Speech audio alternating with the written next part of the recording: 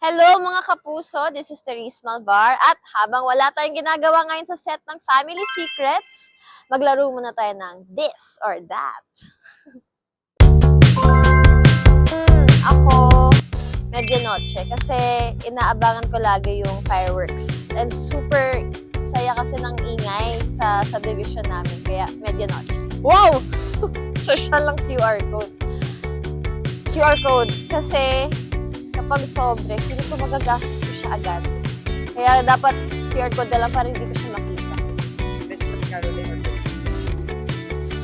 Christmas caroling kasi namimiss ko yung may nangangaroling sa labas kasi hindi siya uso ngayon. Sa amin ha. Cooking with family because my family makes the best Noche Buena for me talaga. Favorite ko yung leche flan ng mom ko. Bibingka. Kasi gusto ko yung hindi masyadong matamis. Cash or surprise gift. Kasi syempre, iba rin yung bumili talaga ng regalo. Ang hirap. Siguro, out of town with family. Kasi minsan lang kami mag-out of town. Lord, ang hirap na... Lord, ang hirap ng sagot sorry. Kompleto yung ibang gabi. Para hindi magalit si Lord, dapat kailangan mo kompleto natin syempre.